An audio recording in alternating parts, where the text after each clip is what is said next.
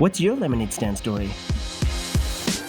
And he was like, YouTube's going to be the next big thing, Devin. Like, you need to get on that. You need to get on it early. And I'm like, And all of us, we all go through our own trials, our own level of stuff. Sure hope this works out. Otherwise, this will be a huge waste of time. I mean, what else is it all about other than just taking risks and continuing to try and grow and hopefully get better and better at making things? Most of the billion-dollar brands you've seen were started by people that were just solving a problem for themselves. We're telling lemonade stand stories from some of the world's top creators, makers, and go-getters.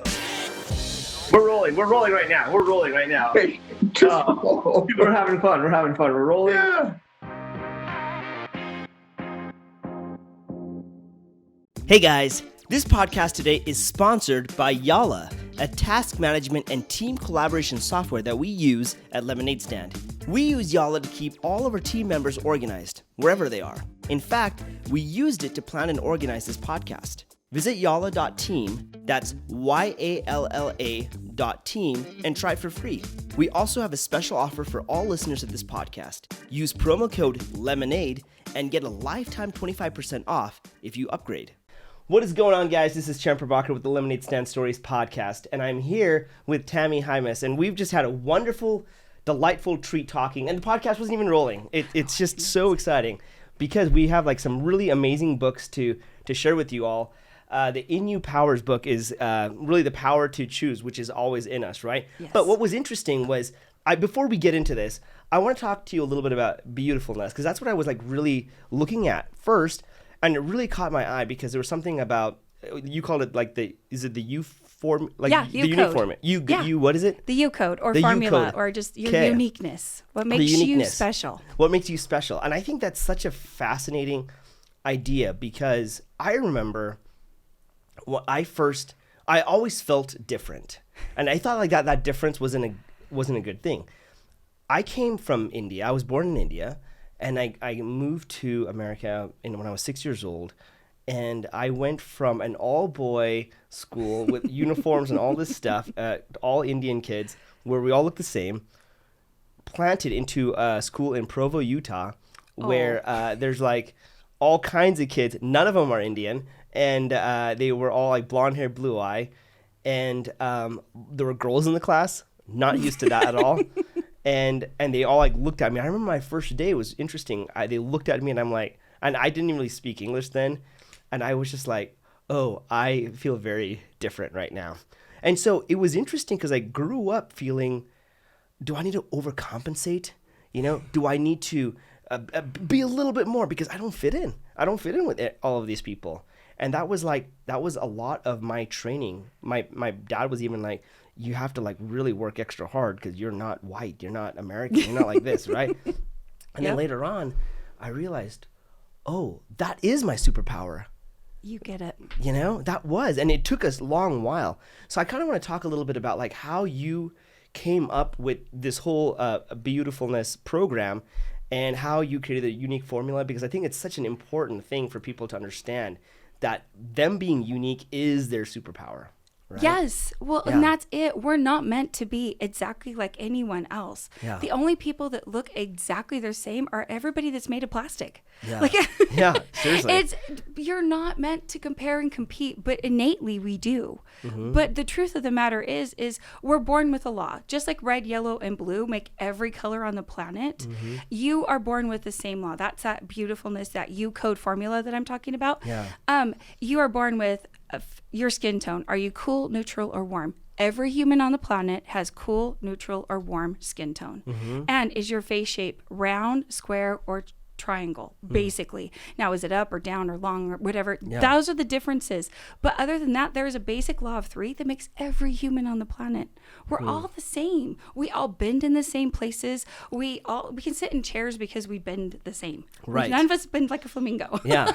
Well, And I try, but I can't. I know, right? And yeah. who wants to break their knees that much? Yeah, no, and it's painful. It's a painful situation. to try to fit into that thing. But Yeah. my point, the whole reason for the unique formula is to take how you're born born to be, because none of us choose the circumstances of our birth. No. You didn't choose to be born in India. No. You didn't choose your face shape, your skin tone. When you were in your mother's womb, did you choose your face shape, your skin tone, where your fat was going to go, how old your parents were going to be, their health and wealth? Right. What about the circumstances of your birth did you choose? And guess what? None of us chose any of it. Yet we all compare and compete with other people based on things none of us chose. Isn't that so interesting? Like I've shared this on other podcasts before, but like I was born as, you know, you're talking about circumstances. I was born into a household that had a little bit of money. We had the privilege to come to America, to experience a whole new life. But right outside of my home, outside of this concrete wall that was outside of our home, were all these families living in cardboard boxes. That was the circumstance they were chosen into. And they can't have the opportunity that I'm having, you know? Or maybe they can, I don't know, who knows? But I'm just saying, like, at the time, I was like, why is it that I had this and they didn't, you know? And it was so different, so unique. However, I will say I've gone back to India and like I've seen the way some of them live their lives, so abundant and so happy. So they've figured out a way to uniquely make their life their own and because make it so fulfilled. choose it. We don't recognize how much power we actually have in our minds and in our hearts. When you recognize you have value, when you recognize your gift of aliveness, just the fact that you're alive is a gift. None of us think about our heart beating until it skips. Yeah. We rarely think about breathing until COVID wipes out the planet. Yeah. Like, sorry, Yeah. I don't know if that's an appropriate COVID joke, but like, It was totally appropriate. Okay. Keep on going. Yeah, you're good. but none of Yeah. us recognize what we have because we have abundance. And we're actually, a lot of us are on the backs of our heritage. Like I know I love hot water and I have never dug a well.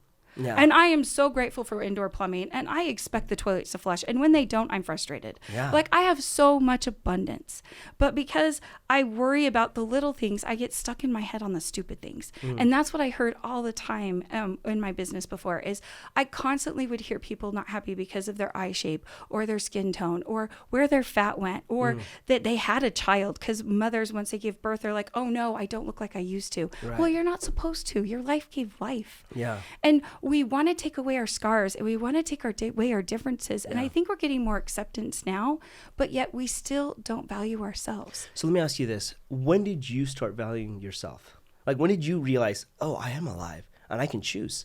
When I was 16, I did not believe in myself at all. In fact, I was diagnosed with epilepsy at 12. And so I started having seizures, a lot of them, and it made me a little weird too. So then I just started acting defeated. And then when I was 16 years old, this was way back in the day when you had to take a picture and develop it and then like go to the store and pick it up. Dude, those are the good old days. Those are the good old You days. can delete the pictures right when you get them. You're like, oh, you get them after you get them developed. You're like, oh my gosh, please let this not go public. You know? Exactly. Well, and Yeah. that's what happened. I was Yeah. hiding in every single picture. And I was always trying to hide my teeth and hide my body and hide myself because I didn't like me. And I looked at those pictures and I thought, what would it hurt if I smiled? What would it hurt if I looked up and smiled? So I did. And you know what? People started believing in me. And so in my senior year, I tried out for cheerleader and made it. And then all of a sudden I had all these friends and I didn't before. And nothing had changed. My hair color didn't change. My skin color didn't change. My parents didn't change. I did. I started smiling. And that was the beginning of recognizing that I had value. That is so amazing and powerful. It's hilarious you say that because I joke around with my mom a lot. For whatever reason, there's a lot of times like in my family heritage and stuff, they don't smile in pictures. It's always like a straight lip. And so my mom is engaged, and so she was sending us all these pictures from her trip that she just barely went on with her fiance. None of them she had like showed her teeth, and I kept texting her. I'm like, hey, just curious. I forgot. Do you have teeth? I wasn't sure. I forgot. I don't remember because these pictures don't show any evidence that you do, you know. And so, but it was hilarious because there's something to be said about like owning your own smile. Right. You know what I mean? And I think like that's a powerful thing. I remember like you, like I was very shy growing up, extremely shy.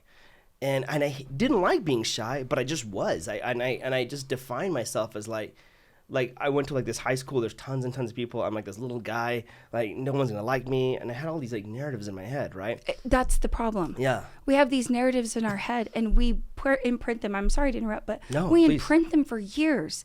And we say these things that we decide about ourselves at 12 or 13 when we're developing, all of a sudden our hormones hit and we develop emotionally. Yeah. And we continue to play those narratives over and over and over again. Yeah. And too many of us stay stuck in them. And Yes. I'm so glad you didn't listen. Keep going. No. Listen. Here's the thing. It was interesting because like I did have those narratives for sure, but for me, there were actually a couple things that like really were like life-changing things. One, I took a drama class. Like I always thought it'd be fun to take drama, but I was like, there's no way. I'm too shy. And the idea of performing on stage terrified me.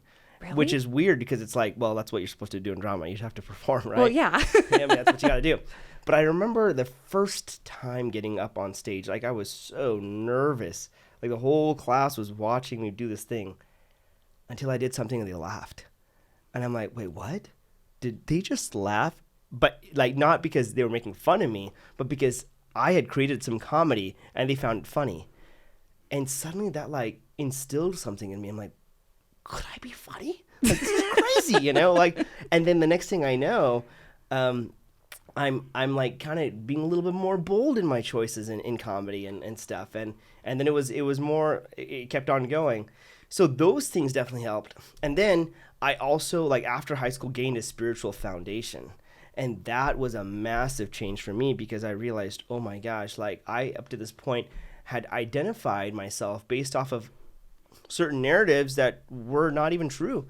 But when I had like my spiritual foundation, like it completely changed everything about me. And I'm like, oh, there's no reason for me to be shy. Like I don't have to be shy. I can totally shine. And it was great. But a lot of people don't get to that point sometimes, and it's sad because they're constantly living in narratives. So how did Beautifulness come to be? Like, how did you come up with this program that was like, okay, let's help people own their uniqueness? I have been working on people owning their uniqueness since I was a little girl. Like I Love loved it. to play with Barbies. I played with my Cabbage Patch Kid until I opened up her ponytail and she was bald. And I was like, wait a second, can't do that anymore. Something She is just crazy. doesn't have hair. Yeah. But I was a hairdresser forever and I love making people beautiful. I love helping them see what I see in them. Yeah. I've always seen beautiful. And so that has been my life. I've been a hairdresser and I opened a salon and I've been helping people and it was amazing. I could put them behind the chair and I would just split apart from a different direction to help lift their eye. And they're like, oh my goodness. And then one other person would compliment them and they would sit a little taller and they would smile a little brighter. Then everybody was complimenting them because they believed in themselves. I watched it in real time for over 26 years. Wow. And I've watched the changes in people's lives. I've watched the changes as they recognize their own unique power. But Beautifulness, the BeUtoFullness, the actual program, the you I've had for a long time, that uniqueness piece. I've known it. I can see it. I've recognized it for my life. It's kind of one of my gifts. Yeah. But the aliveness gift, I actually learned at 40 when I was like plucked off of a mountain, basically. I was skiing with my family and my knee shattered. Oh my the top gosh. of my tibia in 7 places. And actually in surgery, my leg rolled off the table. Well, like it was legit That broken. sounds very unique and terrible. Well, and what happened is that whole time I wanted control of my brain and I wanted to get back to hairdressing and all of that stuff. But what I didn't ever recognize was the gift of being alive. Yeah. I didn't actually understand that my aliveness, my gift of being here is actually a gift. Yeah. And once I recognized that is how I came up with the program and the word Beautifulness and the program. And then that's how we've been building it since.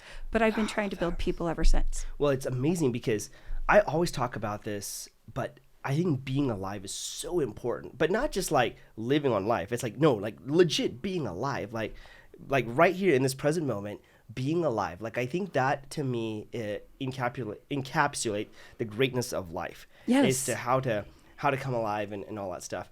To your point earlier, though, you're talking about like making people come alive through like just their appearance and making them change and stuff. I remember it was actually quite hilarious, but this actually like reminded me of this. I booked a commercial in LA. It was a Volkswagen commercial, and this is so ridiculous. But the costume designer, I went up to her and I was like showing her some of the clothes that I have, and she's like looking at me appalled in a funny way, but she's like, "What? Why in public would you ever wear these baggy jeans?" Like, and I'm like, I don't know. I have no idea. I have no idea. Look, I don't know. These are what I had forever. And she's like, "Honey, we need you to wear like more trim jeans and all this stuff, right?" Well, right after that, I had gone to a Chinese restaurant with my cousin, and we got fortune cookies. And my fortune, no joke, said, "Be yourself and you'll always be in fashion." Yes. And I'm like, no way. They knew. But the thing is, that's the key, right? It's like you've got to like own you. And not just in the physical sense, but I would even say like as I kept reading into it, in the alive sense, the emotional sense. How do you be you in your emotions? How do you be you in your gifts and talents? Yes, that's actually the rest of it is your Yeah. emotional health, which is 2, and then fullness, which is your weaknesses and strength, gifts and talents. We all bring something special to the table. Yeah. And the things you don't like about yourself and the narratives you're writing in your head, like for me, I don't have a chin. And I've always wanted one, but I don't have one. And it's just the way it is. I mean, I have a chin. I have a real chin, guys. I don't know if you want to watch the video, but. Yeah, I was like, I see chin. There's a but it's distinct kind chin, of you guys. recessed. Yeah. And I have a long neck and I have slopey shoulders. So this area I'm always filling in with like clothes, like a turtleneck and earrings and hair, and then it fills in the space and I look more balanced. But for a long time, I used that narrative to keep me from being my best me. And then I have special things about me. Because of my epilepsy, I have holes in the language center of my brain. Okay. So I don't read well. So I do things different than others to get things accomplished. Okay. And I used to think that was a reason to apologize. And that weakness was a problem, but it's not. It's a strength because I lean on somebody else's talent. So when I write something, I write even better than me because I'm just saying it with words and then they're using their magical trait. Yeah. So when you recognize what your weaknesses are and get others to fill that, you recognize what your strengths are and you shine with that and share it with others, then your emotional health starts to heal on its own because you recognize you have value. Absolutely. When you know you are enough. Yeah. When you recognize that you matter and you are the only you that will ever be on this planet. And if you're present for your moment, like if you stay where your hands are, a lot of times we're lost in this head that goes crazy, those narratives. We're lost in the past and we're lost in the future, but we're never really present for our moments. Yeah. But if I can teach you to be present for your moment and own you in your moment and get out of your way, you will shine so bright. And that's the whole point of beautifulness, is to help you see you. Because I know somebody loves you. I know you matter. You've made a family. Whether you like it or not, you're always an example. You are always touching someone. If you go into the store, as anonymous as you want to seem, somebody saw you. Yeah. You interacted and you became an example for good, for bad, for forgettable. Doesn't matter. You're always an example. Yeah. And when you recognize your value and you shine and you use your example and you lift others, then come on. It's amazing, right? We are brilliant. Yeah. Our human family, we are amazing. Yeah. And we're so divided when we should be united. Like, honestly, that's so cheesy. Yeah. But our uniquenesses are our strengths. It really is. And it's like that massive superpower, right? And I love what we were saying about being present. One of the things I like to do for myself to make sure I'm present is when I'm driving, I like to actively see how hard I'm gripping the steering wheel. It's smart. It's an interesting thing because a lot of times when I'm not present, it's like super tight. And I'm like, whoa, why is it so tight? What am I trying to control in my life, right? Right. But when I'm present, it's almost like I can like surrender to the flow of life. And I'm a lot more relaxed. You know what I mean? And I'm a lot more relaxed when I'm holding that wheel. Well, so you're not solving the world's problems like we do in the car. Sometimes we get to, I don't know, your convenience store or whatever, where you're at. Yeah. And you're like, how did I get here? Because you were fighting with your children, your spouse, your boss, yourself in the car, like you said, and gripping so tight. Yeah. But if you're actually paying attention to the cars and then living here in Utah, the beautiful mountains. Incredible. And just the wonder of everybody and everything, you don't have to get stuck in your head and in the hard, especially if your head is hard. Because our heads and our brains, they don't always say nice things. No. Especially about yourself. No, they have all kinds of ways to like attack you. So let me ask you this, because you mentioned something that I really liked. You said if you could see who you really are in this present moment, like, it's like you would change, like the world would be different. Like I'm paraphrasing, right? But how do you stay present? Like what are keys and steps that you would use to stay present and to see yourself as you really are? I do this all the time. I teach this all the time. I teach stay where your hands are. Okay. So if I'm with you right now, so I don't want to be in my head because then I would miss out on this and I wouldn't be able to answer something. If I was planning every answer to every question every time, I wouldn't be able to have like an authentic conversation with you. Right. And so I say, stay where your hands are. We also, I also teach the difference between what do they need and what can I do for you. Okay. The second I insert I'm going to help you. I remove everybody else in the world and all the other talents because it's on my shoulders. Yeah. But if it's what do they need, then when I'm where my hands are and I'm helping someone else or I'm with someone else, I can actually grab me and my weaknesses. I can grab you, I can grab my husband, I can grab a video team, I can grab somebody to help me write. I can grab as many people as I need because it's not about me, but it's me and. So if I stay where my hands are and I keep my ego set aside and I understand what others need, it's so easy to be present because it's about abundance, it's about love, it's about growing together, it's about shining, and it's about helping.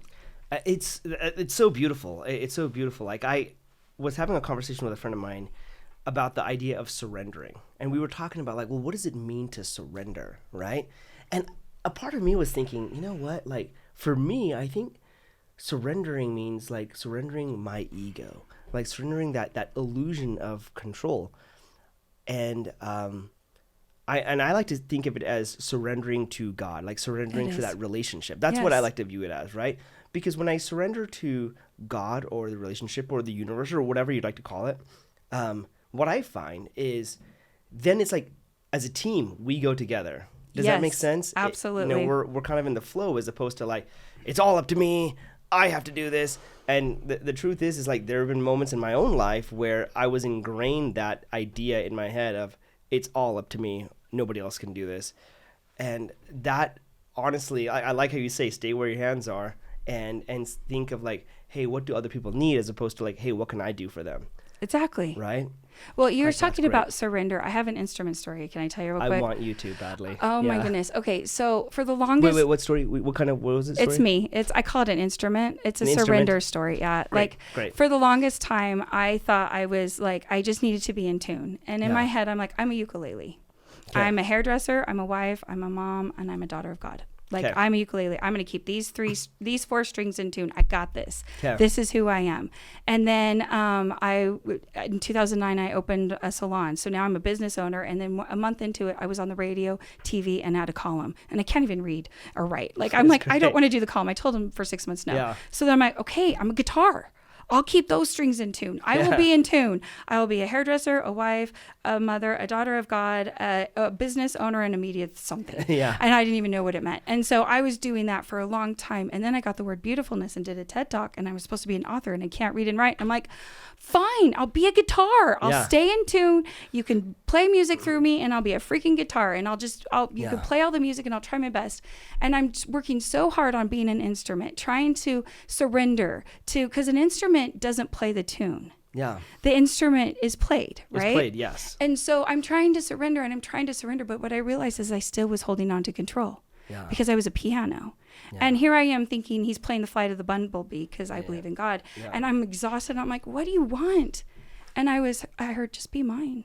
And I was like, oh, how dare I still hold on control and be a piano? Yeah. Like, this is my mental way of saying, what I was. But when you needed a kazoo or a drum or anything, I'm telling you what instrument you need me to be, but I'm telling you I'm an instrument. Yeah. And here I'm controlling that. But when I truly surrendered, when I truly said, what do they need and what do I need? It was feed my light and shine. I love it. And then I get to be whatever instrument, and I don't have to try so hard to keep these certain things in control and in tune because I've completely surrendered. Yeah, I love that, man. I mean, does that make sense? Not only does it make sense, I feel like it resonates with my own life because I remember last year when 2020 hit, it was a weird time because I was trying to figure out, well, what should I be focusing on? Like, where should I put my energy? Because we mentioned it earlier in the podcast, like podcasting it's amazing. It's also not my main thing that I've done in the past. It's acting, it's producing, it's making movies. Like that's what I've done. So I was like, well, what should I do? Because I was working on this show for Angel Studios, which we'll talk about in just a second. But like, as I was doing all of that stuff, I kept feeling like I was hitting roadblocks, like tons and tons of roadblocks, right? And it felt like no matter what I was creating, it just felt like boom, roadblock, boom, roadblock. I'm like, what do you want from me? I don't even know, you know? And it was just so interesting because like I felt like God was like telling me, he's like, Sharon, he's like, I want you to not worry about building an empire. Don't worry about building an empire for yourself. Like, build my empire. You know? Right. Build my empire. And I will provide the platforms. You go shine. I'm like, oh, I like that. He's like, yeah, I just want you to shine. So I'll provide all the platforms for you. You don't worry about trying to build those platforms up. And there are those for other people that are like, no, you need to build. And that's exactly what they're supposed to do. For me, it was like, go and shine. And what happened at that moment was I completely relaxed. I relaxed. And it was like, oh my gosh, what a beautiful feeling of aliveness that felt. Because then I could be like, okay, no more needing to like have to think of this and have to do this and have to run 1,000,000 miles an hour and try doing all the good in the world I could possibly do, which you can never really do. Which is impossible. We need each other. Yes. We all need to shine. Yeah, it's almost like, hey, just be a vessel that he can shine his light through. And you're like, great. Then your only job is to be in tune. Exactly. And be with him, right? Which is perfect. So I love that, and I totally resonate with that. I think it's awesome. I want to shift topics a little bit because I want to dive into InUpowers. This is so fascinating and so cool. I think it's such a unique way of teaching not just kids, but like everyone really about the power of emotion and understanding themselves. I think for me, there were a lot of emotional baggage that I acquired over just being a kid and an adult and, parents divorcing and all this stuff, yada, yada, yada. And I never processed them, not till like much later. And the truth was, I wished I had something that could have helped me understand why I was feeling the way I was feeling or doing the things that I was doing. And so I think this is so fascinating. I'd love to learn a little bit more about this. So what you're talking about are my animated characters called the InUpowers. Mm-hmm. We all have emotions, and emotions just hit. The thing is you don't get to control your emotions. They just come. Sometimes they come in waves. Sometimes they come in storms. Sometimes they're just full of love. But you don't get to control your emotions, but you do get to choose your behavior. Yeah. And that's what the InUpowers are here to teach. So they're animated characters. They're organs. They're body pieces. So there's a heart and a brain and eyes and a muscle. So they're us. But we use the rainbow so that it's every human on the planet. There's no noses. There's no ethnicity. Yeah. Just every single one of us. And those are the proactives. And the reactives are natural phenomenon, like fire and fog and like tornadoes. Right? Yeah. Exactly. Which are also emotions we feel and not bad. So an average emotion takes 3 to 5 seconds to process. But because a lot of times we suppress them, they turn into the narratives in our head. But the longest emotion that takes to process when it's first felt is shame. And it's 30 to 50 minutes if you actually process it. Okay. But if you actually recognize that you're having a moment or emotion, that's another thing that we teach with the InUpowers. It's about moments. We get so stuck in the whole day. Oh, I had a bad day, or I had a bad life, or I had a bad week. That is so long. 24 hours is way long to have bad. Come on. You can have a bad experience for a moment, and then you can get a hug from someone who loves you, and then you have a great moment. Yeah. So the first thing we teach with InUpowers is it's all about moments. And emotions aren't good or bad, but your behavior can be. Okay. And so the reactive characters, like we'll talk about Ray. Rage, anxiety, explosion. Ray is a thundercloud and lightning bolt. So you can think of your own thundercloud and lightning bolt in your head. You've heard people say, oh, I just got a storm going on in my head. There's just so much going on. This could happen, that could happen. The worry work we do, this should happen, that should happen. That rage, then that storm that's always happening in your head. Well, what happens is eventually it has to blow. Yeah. So does it come out as a tear or rain? Does it come out as thunder or verbal abuse? Or does it come out as a lightning bolt? Are you knocking things down, or are you knocking on people? Right. And some of that comes with our history. But if you recognize that you're having a rage, anxiety, explosion in your head, you can be like, I am so worried. now this is the cool thing. Dave, this is another reason why it has so much traction. We're going to just talk about Dave Siegel for a second. He teaches if you name it, you can tame it. So we have a base part of our brain, which is survival and emotional part of our brain. And then the top part of our brain is the neuron receptors of life that we use to create our coping mechanisms. Okay. So when our emotions are taking over our brain, that base stem is just reacting. Yeah. So like fear, which is the first and fastest to overcome.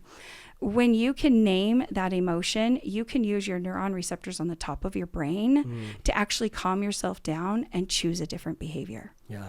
This is why it's helping so much, is because it's actually giving a face and a name to emotions we all feel all the time. Yeah, and I think what is so beautiful is realizing they're not bad or good. They're just they're just emotion. Are, you know? But you attaching narratives and meanings to it is what can create really like your life in a sense. Because the other day I remember my go-to emotion for the most part is joy. I'm just a happy person. I can't help myself, right? But occasionally things kind of come in the cracks that I have no idea. They sneak in, right? And so the other day I was feeling anger and fear. Yes. And I'm like, okay. And I realized it was weird because I have this logical part of me that can like step back. That whenever I feel anything, and I can just kind of step back and be like, okay, I'm feeling this. So why am I feeling it? Like, is there a source for me to feel this? Is there like something that happened in the past that's letting me feel this? And I'm a big believer in like surrendering all of my emotions, all of these things to God. Like that's just my process. That's just what I do. And so I'm like, okay, why do I have this tornado in my life? Or why do I have this fire suddenly like show up? And it's interesting because it's like sometimes, and we don't realize this is why I think this is so important. Most of these things that are kind of happening right now triggered when we were kids, like forever ago. Like when we were like a little kid and you're like, okay, well, that doesn't matter. I was only 7 years old. I'm now 40. So that doesn't matter at all. But the truth is it absolutely matters. Because you still need to deal with it. Yes. So with offering these InUpowers, we're offering emotional resilience and emotional normalcy. Instead of suppressing emotions, teaching them what those emotions or those behaviors are being actually triggered by, so that we can have healthier children. Not only that, not only normalizing emotions, but building resilience. No one on this planet has gone without pain. Yeah. Every single person is hurting in some form or another. And you might think it's easy because you've already gone through it. But for them, it could be terrible. And you don't get to judge because they're in their own storms, in their own life, in their own head. But if you recognize that emotions are just emotions and that we can choose our behavior, and what you did by stepping back and like looking at it, you were able to process it. That is, have you ever heard of your gut intuition? Have you heard people say that? Trust your gut? Of course, yeah. Okay, that we actually have is PEG. So PEG is an acronym. All the characters are acronyms. She's protective, encouraging, guidance. She's your gut intuition. Protective, encouraging, guidance. When you are triggered, sometimes you just need to process it. What does your gut do? It literally processes everything you eat. Yeah, it does. And it nourishes you with the best pieces, and the rest of it goes to crap. And all of those pieces are actually in PEG. So we teach that in life, you're going to have to process things whether you like it or not. Right. But she's also a gardener. So PEG, protective, encouraging, guidance, an acronym. She will grow new things with that. Because what do gardeners do with manure? They grow it's like the perfect compost for things to grow new. Right. When you take your lessons of life and you process them and you turn them into new things and you find a new, healthier way to shine, come on. I mean, it's like, it's freeing. It's utterly, utterly freeing. Here's the thing, and I think this is so important. I was thinking about this a lot because last year was a really interesting year. I didn't suffer much from depression. Like I just don't. But I feel incredible compassion for those that do. Yes. And last year I had heard that just due to all of the precautions of COVID and everything and the isolation, so many kids took their lives. Yes. And it's tragic. Like, I mean, the thing is like, yes, as a kid, I've had a bad day, sure. But like, there were actual dedicated like groups of kids who prided themselves on committing suicide. Yes. And I'm like, wait, what? Like, what happened in our minds and in our hearts to say, okay, this is the logical choice. This is where we need to go. To It's me, an escape. it's an escape. It's an escape of like the worst magnitude, right? And I think like, well, why are we escaping? Why are we running? Why are we trying to like? Why are we trying to flee? Because we forget our value. Because we forget our value. Because we see tornadoes. Because we're seeing We fires. focus on the storms, but even Mother Nature can't sustain a storm. Right. Sue, she's severe unraveling event. She's a tsunami. Sue, severe unraveling event, tsunami. She changes your landscape forever. Yes. And the thing is if you get a team after a tsunami, you get to build the landscape you want. Yeah. But if you don't get a team, there's no way you're going to repair it on your own. So you get how it grows. And it can grow in carnage, right? Yes. So the thing is when trauma hits you, get a team. Yeah. Because you matter. And your landscape might have been changed forever, but you get to choose your landscape now. Yeah. Why not build it with the best team? When you recognize your value, when you recognize that storms aren't even sustained by Mother Nature. Mother Nature, eventually the sun shines. I don't care where you are on the planet. There is no place on the planet that any storm has ever been sustained. Yeah. And every single one of these reactive behaviors are storms. Yeah. Now, if you're living, your heart has never failed you. Yeah. Your brain is still working. Yeah. Your gut is still processing your food. And that's the proactive behaviors. The positive never gives up. Yeah. And the reactives have to go away. They can't sustain themselves. Right. But when you recognize in your InUpowers or in your power to choose or in your own value that you matter. And I'm worried that they were stuck in their storms. Yeah. I'm worried that they were stuck in what could be. That storm cloud, that rage, that anxiety, this could happen, that could happen. I might not be pretty enough. I might not be strong enough. You might not be for somebody, but you're going to be enough for someone else. Yeah. And the thing is we also get so stuck in that we have to be this perfection. We have people looking at these Instagram pictures with filters, and then they're mad at themselves when they look at the mirror. Yeah. I'm like, you are not your filter. Yeah. You are a real human on this planet sharing it with me. Please be present. Yeah. Please share it with me. And those who suffer with depression, they can suffer with depression or they can get a team. Yeah. And they can learn to live with depression and they can teach others how to do it so that they can shine the way they shine different. It's so beautiful. Like, I love what you're saying. I remember, it's interesting you talk about Sue like this. I remember in 2017, end of 2017, I went through like a really tough breakup. And it was like something I was completely unexpected. And 2018 continued with that because of the situation. But I kept saying to myself, I'm like, my landscape has completely changed. Yes. Like, I felt like I was living on a land that had like a massive volcano and it erupted. And now I don't even recognize my land anymore. I don't know. And like you said, getting a team, because I was praying a ton. I was trying to figure things out. I was overcompensating a lot. I think that was my go-to, was like, oh, I still have this, so I'm going to run and do all these extra fun things and yada, yada, yada. But that was my escape. That was me trying to escape from the fact that I was still living on a land that had an erupted volcano on it, right? Yeah. But then I found a team. I found a really good buddy of mine who was so therapeutic for me and helped me see things just differently. That's all it did. He just helped me see things differently. And with that and with time, things healed. And what's funny is, even though that breakup was tough and everything like that, and all those things were tough, I'm really good friends with her right now. And it's funny because she married like my best friend. I'm good friends with all of them. I'm really good friends with them. And like, it's almost like I can look back on those times and just laugh. And I'm like, wow, I can't believe that when you came out of the storm, you could hold each other and laugh. Because I thought there's no way that's possible. But that's the principle of a muscle. That's the principle, period. The principle of a muscle is when you're trying to build a muscle, we'll say a bicep, right? Mm-hmm. You starts with resistance. You have to get weights, or you have to have a pressure, or you have to have a breakup, right? Yeah. And then it tears. The actual muscle tears. And I don't know about you, but if you've ever worked out way too much, sometimes it's really, really sore.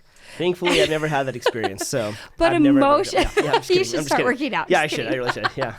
But resistance, tear, sore, then stronger. When you get on the other side of hard, you're stronger. Yeah. Muscles always need to be built. We get upset because we get in the tear and the sore, and we want to stay stuck there. But the thing is the stronger happens. Yes. Especially with a team, especially with more people. Yeah. The principle of a muscle happens for emotionally, it happens physically, mentally. It's the same principle all the time. Yes. Resistance, tear, soar, stronger. We all fall down. Nobody falls up. Yeah. But if you get up, you know not to trip over that rock again, and you know how to get up. Like, it's just it's like amazing. Look, you're falling down, but might as well fall forward. Exactly. Right? Or fall down and get up, and if you don't know what you're doing, stop for a second, look around. And be like, okay, that was a doozy. Let's recalibrate. Okay, now I'm going to step to the side of this rock, and I'm going to keep going forward. And I got up, and I can. And that's awesome. Actually the principles we teach with the InUpowers is that you're enough. Yeah. And you're brilliantly made to be great. Yeah. And you're going to get up. And you're going to be stronger, and you're going to look back at your friends, and you're going to be friends with what was once so hard is now can be a strength for you if you choose it to be. Yeah.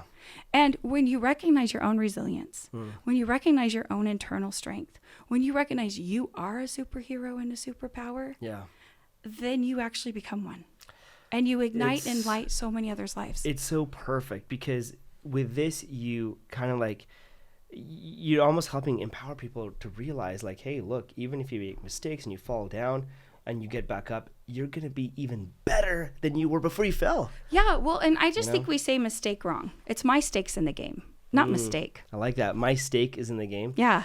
Dang, I love it. I've been mispronouncing that word for a very long time. I think everyone does, but every time like, I made a mistake, I'm like, oh, it's just your stakes in the game. Yeah. Because if you go this way and it's a little wrong, you go this way, it's a little wrong, you go this way, it's a little wrong, you still get to take all the education you got on your way going forward to fall backwards. Oh my gosh, that's so great. It's true, right? That's so perfect. Yeah, I love it. I'm going to always call it my stakes from now on. Right? My stakes in the game. Did I make a mistake? No, I just had stakes in the game. We're good. It's great. Well, in that case, I've got a lot of stakes in a lot of games. It's great. Right? Yeah. And that comes with a lot of experience, a lot of help, and a lot of ways that you get to shine on this podcast and help lift others just through your own experiences. It's been amazing. It really has.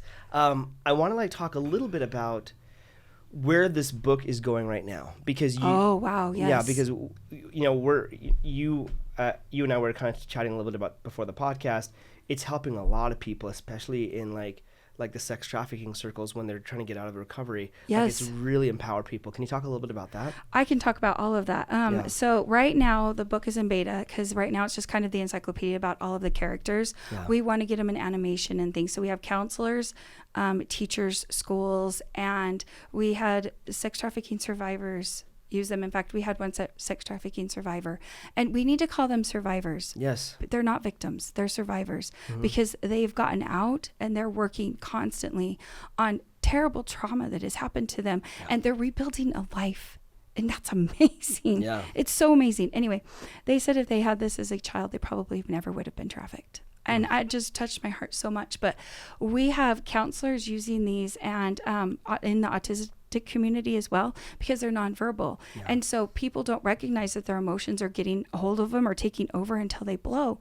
But they're able to actually point to the character because they understand them so innately and so easily that it makes it a lot easier for them to communicate, so that keeps them from having that behavior. In the schools, what we're noticing is Pop is a really important character. Pop is a brain. He's an orange brain, and he's wisdom and courage, just like we think of our own brain. Pop's whole name, because they're all acronyms, is progress over perfection. And when children are in classes, they don't want to seem behind, or they don't want to get special help, right?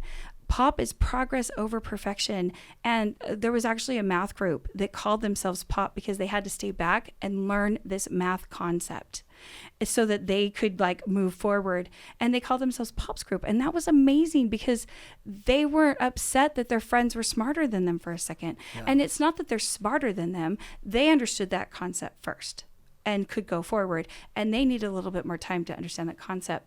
But maybe there was an artist in that group, and maybe there's an engineer in that group. You just don't know why some concepts are faster than others, but that's because we're all different. Right. And instead of trying to look perfect or be perfect, progress is more important. So we've watched it actually change lives for children. This is why it's getting so much traction. The teachers, it's helping cut down time with wham, what about me? The teacher, the kids would be like, what about, and they would take down their arms and they wouldn't finish the sentence. Yeah. But when you recognize that what about me is a warning sign to yourself, you can say, oh, what am I missing? What do I need? And so these characters are actually helping all of these different avenues heal. But where it's so it's an emotional lexicon. Lexicon means it's a language. It's one very simple emotional language. There's 12 characters. There's 12 emotional archetypes. And because it's the same emotion, like it's the same language, when people experience trauma, their brain is split and they have like multiple personalities or DID. Because it's the same lexicon, they are hoping and seeing that it's actually helping them reconnect their brain because all of the personalities are using the same language. You know, it's so interesting because I wish that something like this was actually a subject taught in school. Actually, it's social emotional health, and they're pushing it. I wish we could get this in all the schools for social emotional learning. Well, you know, it's interesting because I remember my brother and I were on this. He was on the podcast as well, and we were kind of chatting about this. He really struggled in school. He had a very difficult time with authority. He had all these emotions that he didn't know what to do with or deal with and stuff. And the thing is, I've always known this about my brother. He's a very sensitive guy. He's a very sweet guy. And on the surface level, sometimes it would come across as anger and like just like bursts of rage. But now that he's like learned to process those feelings, he realizes like he's just a very tender guy, tender guy. And if people were able to connect with him from that emotional point of view and help kids from that time, like how much, I don't want to say less suffering, but it's almost like how much more resilient could they have been throughout their whole lives rather than like, you know, maybe discovering it after like a lot of stakes in the game, you could say. Exactly. Yeah. Well, and that's just it. If we can help normalize emotion and build resilience. Totally. So that you recognize that you're having a moment of Ray, which is rage, anxiety, explosion, or an OC, obliviously, selfishly incinerating. You're incinerating me, but your fire is too big. She's a fireball. Then you can recognize that that's not you, it's them. Yeah. And you get to choose what you do with your behavior to their behavior. Right. So instead of feeding the storms, we start feeding the compassion. Yeah. We start recognizing the power of progress and that you're unique and brilliant and different than me and we're enough. And it's just a world of acceptance and love. And I know that sounds like flowers and roses and stuff, but all of these characters, they recognize that you're going to fall down and they all have a challenge and they all are principle based because that's life. That's life. And you're not going to live here and be unscathed. Yeah. But guess what? That scathing becomes your strength. And it becomes your superpower because your scars are your stories. Yeah. Your experiences are why you shine. Right. Why would you want to take that away from anyone? No. And that's the thing is like I look at my brother now, and even though he went through like a really tough path, he loves his path. And I'm so glad he does because I'm like, dude, the way you have to connect with people now, you know, he went through like massive drug problems and now he's working at rehabs. And he gets to help people and he's like, dude, I love it. I love it. Like, and it's like, to him, like it's his calling in life. And I'm like, how could you not have been able to connect with them if you didn't go through all of that stuff yourself, right? Yes. So your story becomes your superpower. Yes. Yeah. And it's incredible. So changing the topic real quick, I want to ask you, the Lemonade Stand Stories podcast is all about people's lemonade stand stories. But to get to a lemonade stand stories, you first had to have lemons. You had to have moments in your life when you're like, oh, that was a doozy. So was there ever a moment in your life where you're like, that was a doozy, but we're going to figure out a way to pivot this and make it into lemonade? Lots. Sure. When I learned that people were beautiful and to smile when I was 16.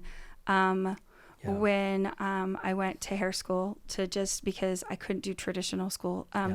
My epilepsy means I have holes in the language center of my brain. So reading and writing is incredibly difficult for me. And I drop important words like not, or I take R and add your. Like it just, that's great. It's a big old mess when you're trying to read instructions. You can't cook very well because if you read the directions, you miss important words like broil and boil. Yeah. That's why I don't cook. That is why. That's why I tell people I don't cook too, because I've burnt so much. Yeah. But my lemons, my biggest lemon was when I fell off the mountain and broke my leg. Yeah. And I've always been pretty driven, but never really driving. Yeah. And I knew people were beautiful, and I was going to teach them one at a time behind my chair and everything. And I was going to teach you that you were born with this law of beauty that makes you you. And I was going to teach you how great you are. And I wanted everybody to see how I saw. But I was always mad at my human life. I was mad that I had to eat, sleep, go to the bathroom, buy groceries. Like, I was so frustrated with the minutia of humanity. Your biological self. Yes, and your needs, I was so right. mad. I wanted to go faster. If I didn't have to eat, sleep, or go pee, I would have gotten so much more done because I'm so driven, right? Yeah. But what a waste. And it wasn't until my leg broke. And then after surgery, what happened is the crystals in your ear that create balance when you lean to the left or to the right, The inner ear. Yeah. they both came out. Along with that, I had extreme vertigo, but I have epilepsy. And so my spinning never stopped. So then I violently started throwing up. Okay. And then I was needing babysitters because I couldn't stand straight up. And actually, prior to that, my kidneys started shutting down. I actually had to go and get 5 bags of IVs. I was dying. Like, there's a picture of me. I look like an old lady. I was so sick. And then all of a sudden, I went from this super capable person that was mad at her body that couldn't do anything to not even being able to live without a babysitter because I was a danger to my house and to my home. And I got a wheelchair, and I called her my freedom chair. And I was so grateful because it took 4 hours to fold laundry, but I did it. Yeah. And I thought, oh my goodness, I just need control of my brain. I just need control of my brain. For 2 weeks, I begged and pleaded to have control of my brain. And then one day I woke up and I had control of my brain. And I went and I sat on the couch. And, sorry, here's my lemon. When I got control of my brain, I sat down and I looked at my knee was never stopped healing. That my heart had never stopped beating. And the tear that was running down my face, I didn't even ask to happen. And when I recognized that there's so much of my life, my aliveness, the gift of touching another person, the gift of being able to walk, to breathe fresh air, to see straight, how much of that I took for granted, I sat on my couch and I prayed.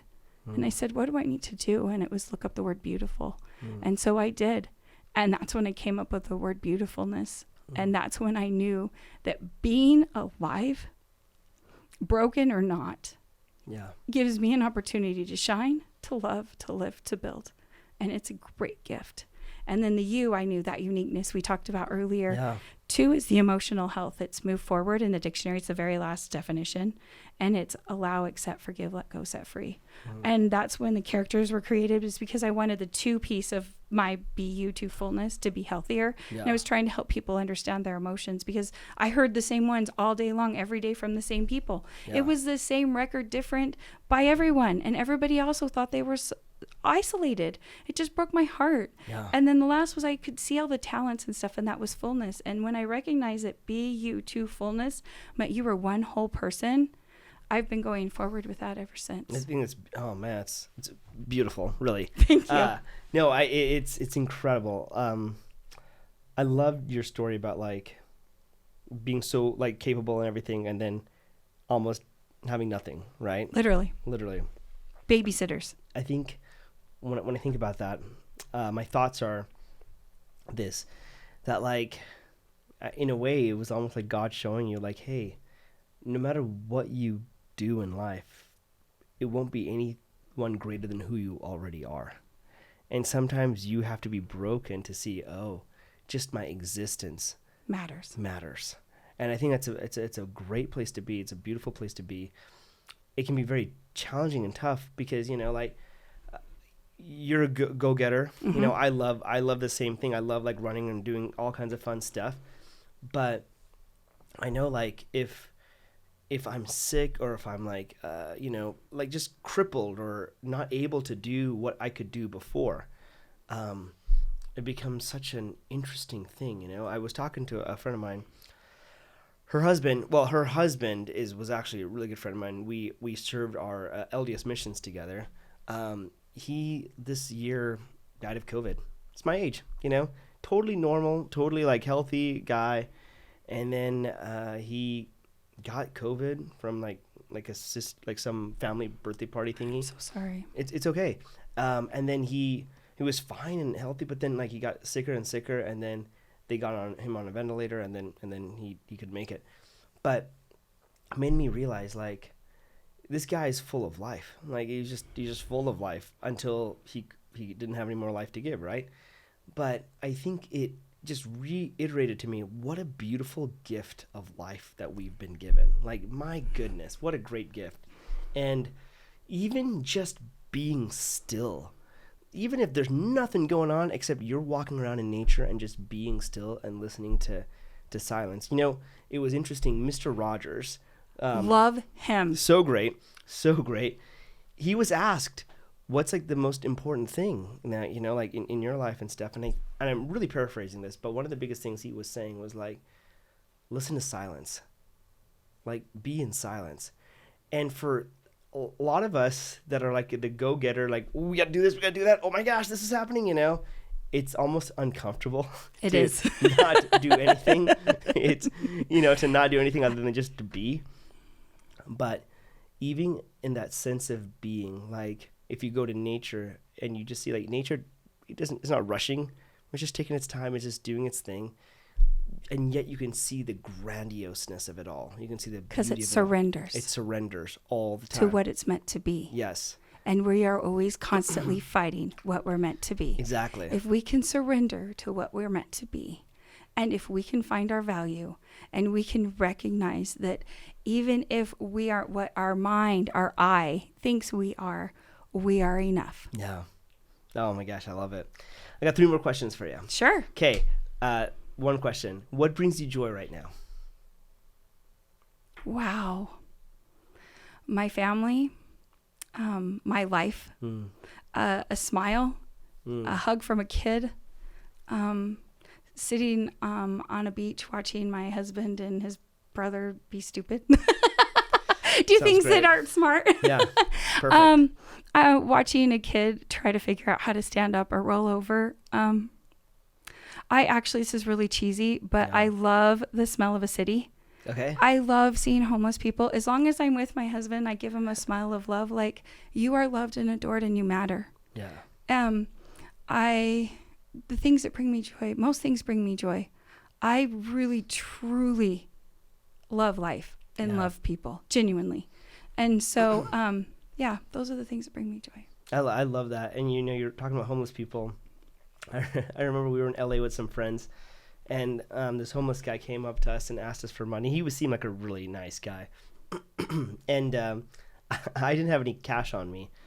But for whatever reason, I always collected like fortune cookies, like the fortune from fortune cookies. I just had it in my wallet. I'm like, well, I can't give you any money, but I can definitely give you a fortune. And he's like, wait, what? And so I pulled out all these like fortunes out, and he thought it was just so funny that he just kept laughing. And then I'm like, oh, like, hey, pick your one. And so he read different ones. He goes, yeah, I like that one. I'm like, great.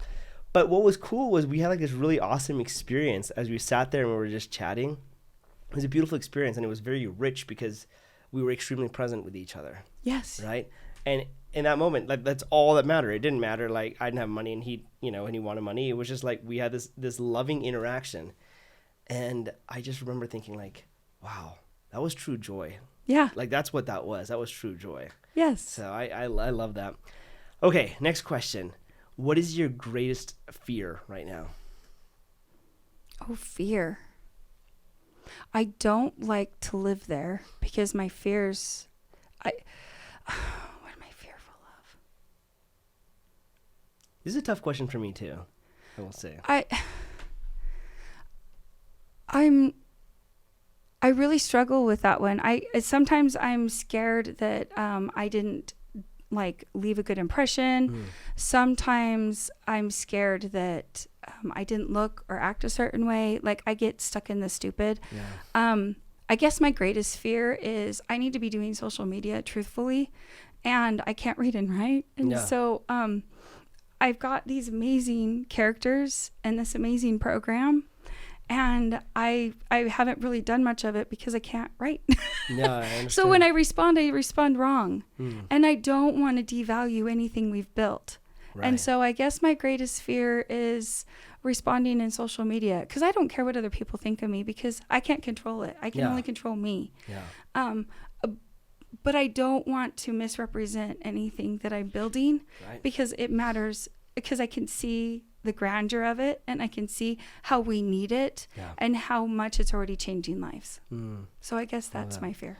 That makes sense to me, and it's kind of like you're afraid like your own like sense of like weakness or limitation might limit you from like the program that has been created. That makes sense. That makes complete sense. Okay, last question. Knowing all that you know now, how would this Tami talk to the one that was pre-skiing Tami, the one that has not fallen off the cliff yet or gotten hurt from the cliff? When I got hurt, I heard, this will be good for you. And I would tell her, trust. My challenges are helping me build not just me. Yeah. Isn't that amazing? I mean, the idea is like, as like tough as something is going to be or whatever, it's just like learning to trust is such an important lesson to learn, right? Yes. Especially because you're like, oh boy, like, do I want to go down this path? Do I want to go to this thing? Well, and I'm not isolated. My path isn't just mine. Yeah. I'm an example. My hurts and my hard, they don't just ricochet on me. They ricochet to my parents, to my husband, to my children, because they care too. Yeah. So when you're trusting and you're going forward with all your might, but at the same time, it's hard because it's not just, yes, I can't control anything you're thinking, but I can also see that you see I'm hurting and you hurt with me because you love me. Yeah. So that part's a little different. That is a little different. Well, Tami, this has just been awesome. Like, I appreciate you like coming on here and like sharing all these things. So as we wrap up here, InUpowers, like what is the mission? What is the goal? What do we want to do with this? And how can we help you get this out there? They need to become animation. I have some books that need to be published. We have schools and classrooms that are currently baiting it, but next year we would love to have InUpowers schools. We have trauma counselors working right now with it to help with the counselors and therapies. We would like that to do.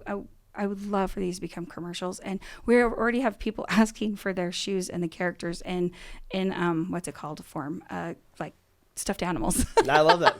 So we need to get this out. We need people to know that they're enough. That's awesome. Well, we're excited to help you guys, to promote you in any way. Thank you. Yeah, this will be an awesome thing, and like I said, I have some connections in the film world, so I'm happy to like hopefully help you guys get connected. I'm totally going to lean on that because that's one of my weaknesses. So I'm going to lean on your strength. Lean on it. I mean, I'm happy to help in whatever way I can, but this is awesome. I'm so grateful that you created this. And I'm so grateful you came on this podcast and shared your story with me. This has been awesome. This is fun. So thank you again so much for joining me. Thanks so much for listening to the Lemonade Stand podcast, and we hope you enjoyed this episode. Be sure to subscribe to the podcast on whatever platform you use to be alerted when we release new episodes.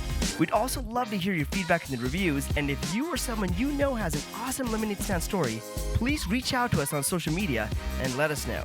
Thanks so much and have a great day.